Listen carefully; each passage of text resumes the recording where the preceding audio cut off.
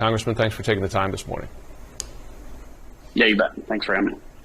So you have been forward-leaning on the support that the U.S. and NATO have to offer, including keeping open the possibility of a no-fly zone. They have now and have sent in a host of air defense systems, including the S-300, which is high altitude. And I spoke with your colleague, Mike McCall, yesterday, who said that combination of things could allow Ukraine to, in effect, establish something close to its own no-fly zone. And I wonder if you agree with that.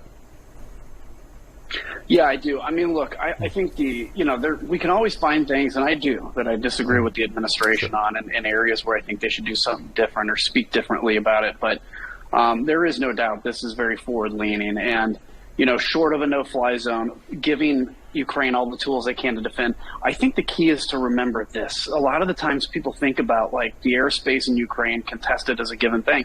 Russia has no right to close Ukraine's airspace. Ukraine has every right to defend their airspace, even to invite in allies, which is why I'm supportive of a no-fly zone.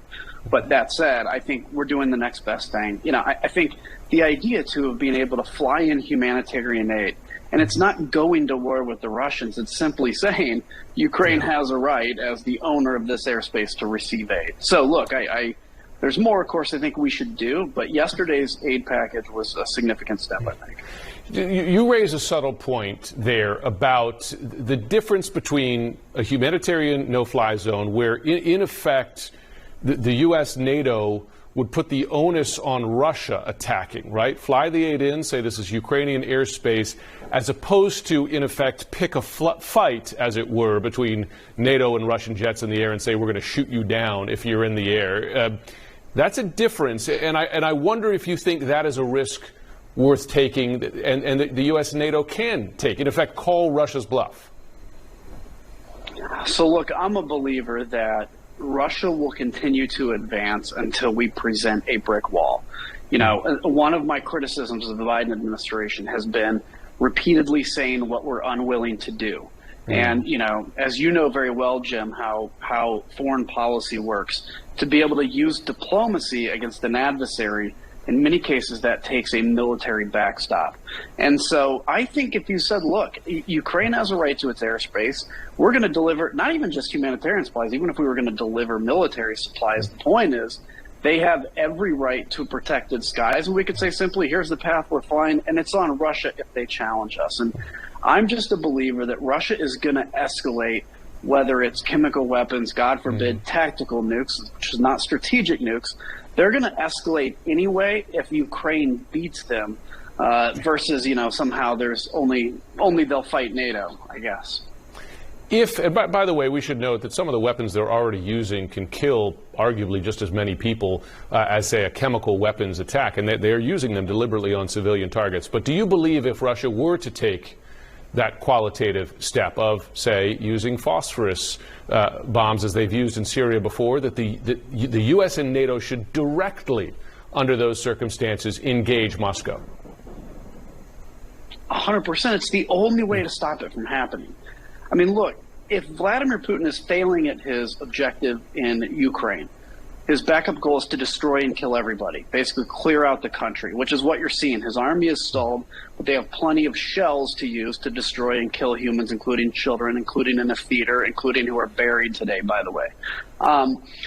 So if we don't put a red line down that says, look, it's sad that we say, okay, we're going to tolerate, shelling, but you have to pick somewhere. If we put a red line down and say, the use of anything like white phosphorus or chemical weapons, or of course a tactical nuclear weapon, that is a red line, and we will have to engage you directly. That makes them using that stuff far, far less likely. Right now, I fear the only people we're deterring is ourselves.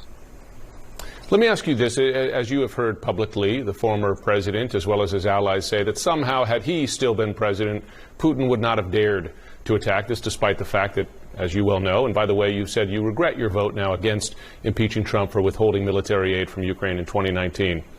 What's your reaction to that argument? Look, he was an awful president, and he was awful on this issue. I mean, yeah, there is something to the fact that, nobody knew what Donald Trump was going to do, but that was just because he didn't know what he was going to do. But that was not a deterrent to Putin. Vladimir Putin, Kim Jong-un, Xi and China were getting everything they wanted with Donald Trump.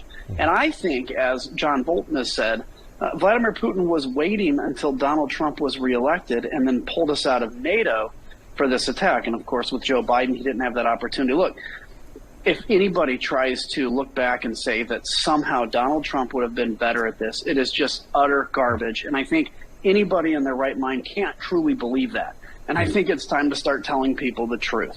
You know, you can be a Republican, you can dislike Joe Biden, but don't pretend like Donald Trump was any good.